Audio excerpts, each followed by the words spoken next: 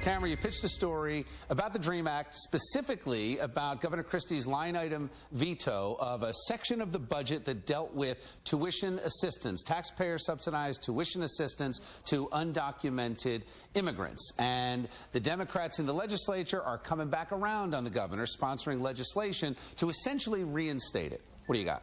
Assembly Democrats are not giving up on the Dreamers and their opportunity to not only get an education at college, but also be able to fund it. Now, the Dreamers are a movement of undocumented students who not only want equal rights as citizens, but they want equal rights and higher education. To find out more about this, I walked and talked with Assemblyman Gary Scheer, who is one of the sponsors of the bill. It's a federal law that every child be educated up to high school.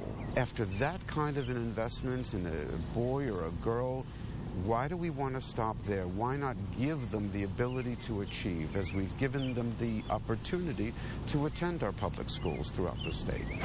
We have Gayle Kesselman from New Jersey Citizens for Immigration Control. She's here because she's concerned that if we put that money in, that these students might leave and go back to their native country. The costs are estimated right now that New Jersey taxpayers are already paying well in excess of $2 billion a year in education costs, and that's for undocumented folks that are already here in the state. Why should New Jersey taxpayers be paying attention to this debate?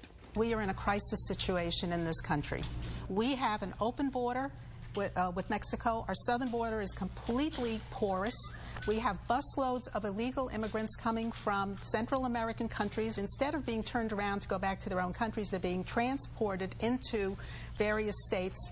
And we cannot allow this to continue. You're saying it's a dangerous situation for our country to have the borders open and illegals coming in, but it's a dangerous situation for our country if they're not educated. When you look at the $30+ billion budget, the governor just signed $32 billion. There's a couple $1 billion that was left out of pension payments of American citizens who are working hard as teachers. So the question I have for the Democrats in the legislature is, where is the priority? Because clearly everybody can say there's one more thing to pay for, argument or not, borders or not.